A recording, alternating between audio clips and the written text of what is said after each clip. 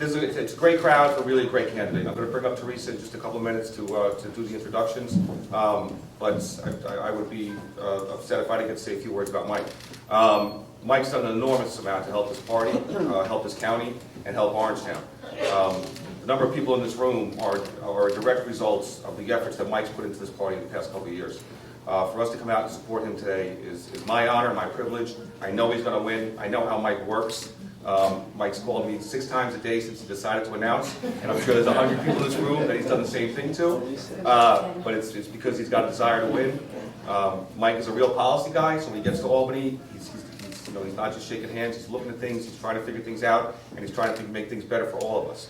So with that, I'm going to bring up Teresa Kenny to say a few words of introduction for Mike, and thank you all.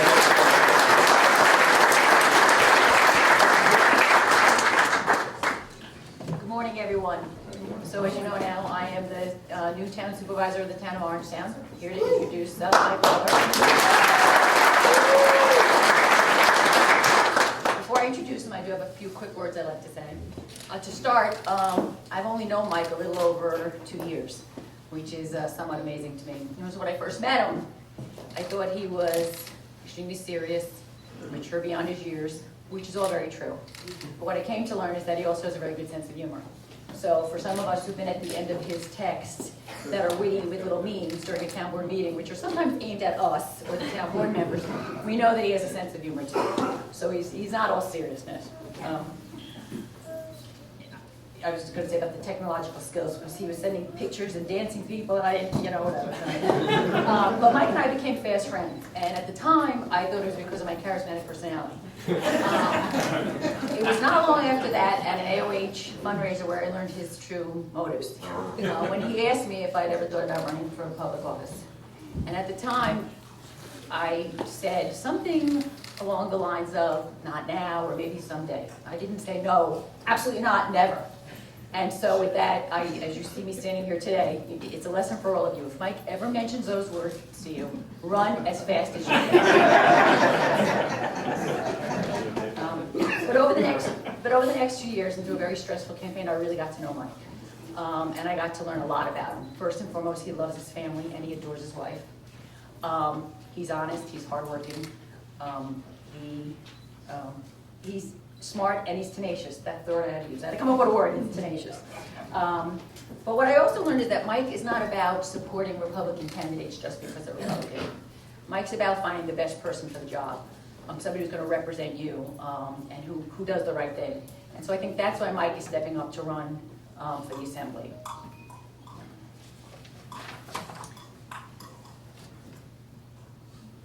Let's face it, New York State's in bad shape. And if something or someone doesn't do something soon, New York as we know it is going to be gone. And so I believe that with Mike's understanding of the political landscape, his dedication to Republican values, his ability to reach across party lines, his desire to do what is right, and his willingness to stand up and fight for all of us makes him the perfect person for the job.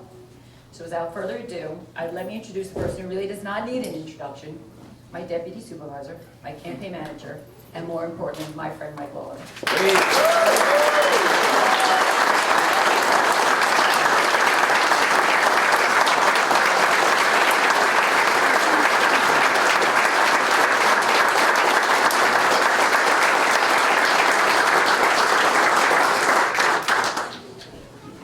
Well, thank you all very much.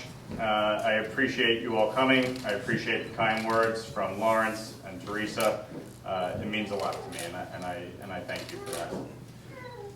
Thank you to my friends and my family for being here today, especially my mom, who has always been my biggest champion, confidant, and friend.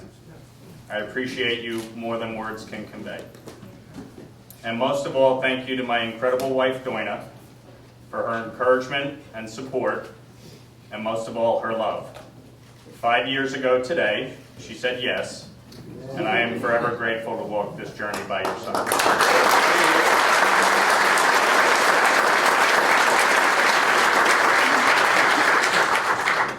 Much to the excitement of those in this room, and maybe to the worry of some that are not, I'm proud to announce my candidacy for the New York State Assembly.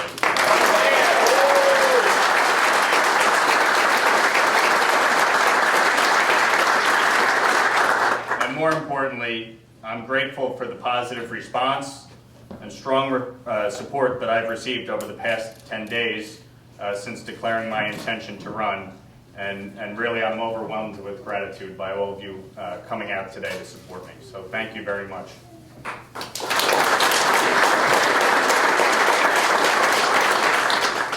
However, I must say, just a few short weeks ago, I really had no intention of pursuing public office at this time. I was very content with the work that I was doing, mainly helping elect some great people to office, such as our newly elected Orangetown Supervisor, Teresa, and lobbying our state legislators on important transportation and energy infrastructure projects. But after many conversations, thoughtful consideration, and yes, prayer, here I am today, a candidate for public office. And the reason is very simple. I've lived in Rockland County my entire life. My family lives here, my friends live here, and like all of you, I love our community. But sadly, too many of our friends and neighbors are starting to bail on New York. And I simply can't accept that. I refuse to sit on the sidelines anymore and watch our state decline without putting up a fight. I'm a proud New Yorker, and like another proud New Yorker once said, it is not the critic who counts, not the man who points out how the strong man stumbles, or where the doer of deeds could have done them better.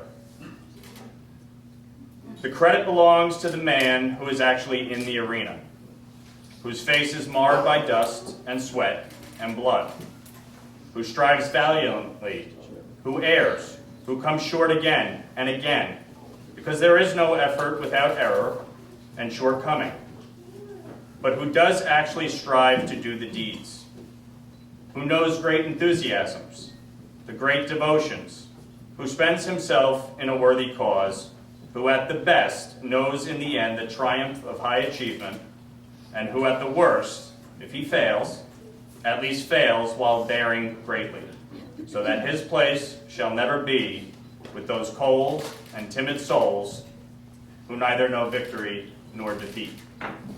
Well, like Teddy Roosevelt, it's time to enter the arena, myself, and fight for New York, and fight for us here in Rockland County.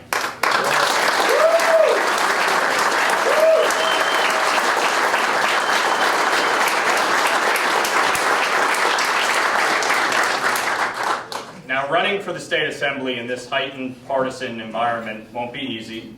I know that. And I'm sure there will be some folks on the other side lining up to throw a punch or two. I probably deserve that. I'd expect nothing less at this point. But this is a fight worth having, and one thing I can promise you. I will not yield in the face of adversity, and I will not bend to political pressure. Unlike too many in politics today, I have a backbone, and my words matter.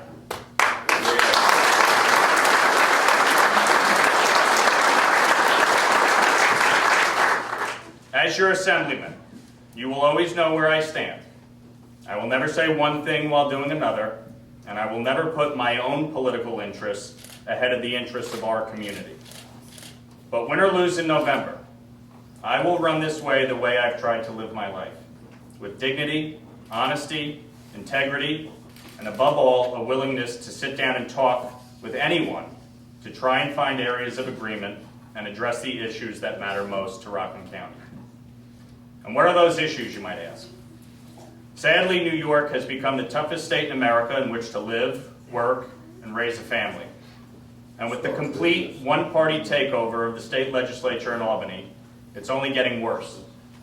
We are the highest taxed state in America, and taxes are going up again this year to fill a $6 billion budget hole. Rockland County already pays the second highest property taxes in America, and Andrew Cuomo's forcing them even higher by passing down his financial mismanagement to our towns and villages and tying the hands of our local officials when it comes to actually fixing the problem. We have a runaway Medicaid program with skyrocketing costs passed on to the county by Albany, all while having zero local input on the benefits provided. Our municipalities and schools are continually shortchanged by Albany, taking our hard-earned tax dollars and sending them elsewhere. Hardened criminals are being put back on the street right after getting arrested, risking the safety of law-abiding citizens, all in the name of reform. These criminals, parole officers, are even being instructed to sign them up to vote as soon as they get released, creating a new constituency of criminals for certain politicians. And worse still, victims, witnesses, and law enforcement are being put in danger because their personal identifying information is being shared without any consideration for their or their family's safety. It's wrong, and it must end today.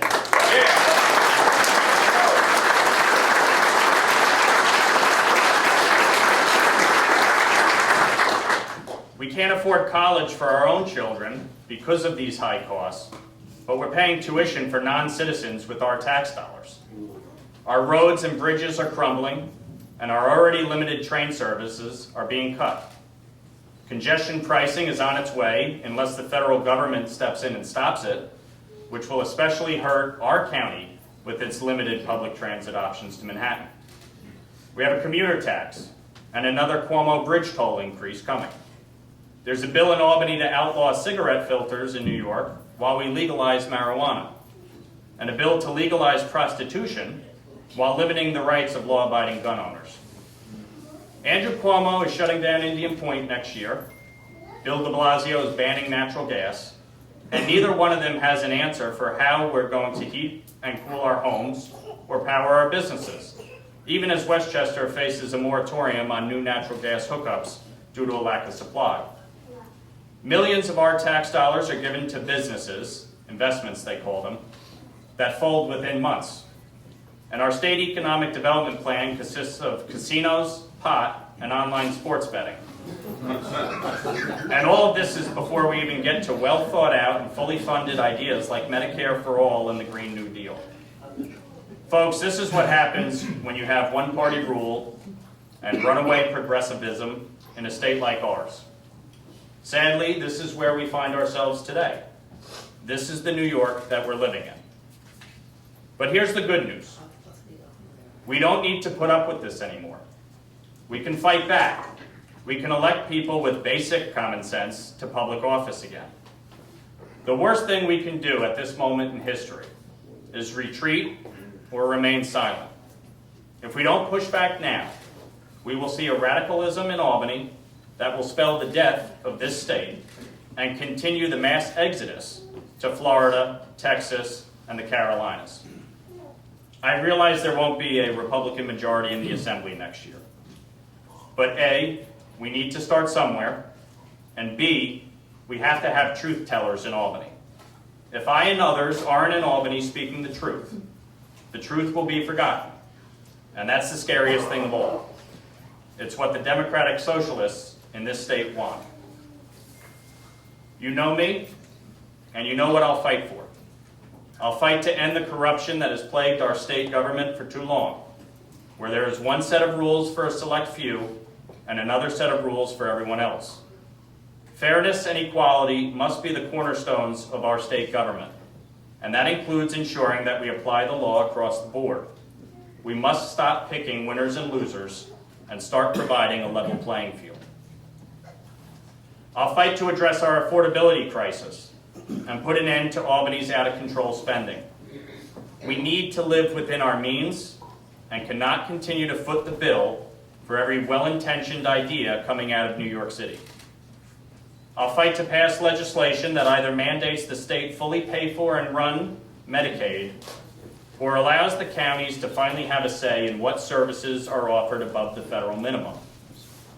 I'll fight to fix the unfair state school aid formula that continually shortchanges Rockland County millions of dollars, leaving our children behind and increasing our property taxes. We should be treated the same as Long Island and New York City, and not Poughkeepsie. I'll fight to fix the radical and ill-conceived criminal justice reform measures that are making our communities less safe. I'll take on the MTA and New Jersey Transit and their failure in leadership, cost overruns, reduced service, they can either fix it or give us our money back. I'll fight to get the funds we deserve to fix decrepit state roads like Route 59 and 9W and our sewer, water, and energy infrastructure. And finally, I'll work to address the concerns and needs of all communities in my district by preserving open space, protecting our natural resources, and ensuring local municipalities have the resources they need to enforce local zoning laws and their town and village codes. Folks, Republican or Democrat, black or white, citizen or immigrant, gay or straight, Hasidic Jew or Catholic, we must find ways to sit down and work together to address these issues. We cannot continue down the path of anger and frustration, whether justified or not. We cannot continue to yell and assume the worst in each other, because if we do, if we continue down this path, it will only get worse, and then we all lose. We must listen to each other, hear each other's concerns, and find areas of agreement if we are to move forward and live together in Rockland County. And that is exactly what I intend to do. This district, which includes all of Orangetown and parts of Ramapo, including Hillburn, Suffern, Montebello, Airmont, Chestnut Ridge, Spring Valley, Muncie, Kaiser, Hillcrest, and New Square, is one of the most diverse districts in New York.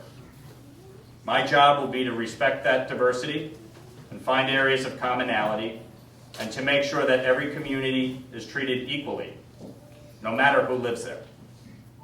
As a practicing Catholic, I very much believe in the commandment, love your neighbor as yourself, and that is what I will do.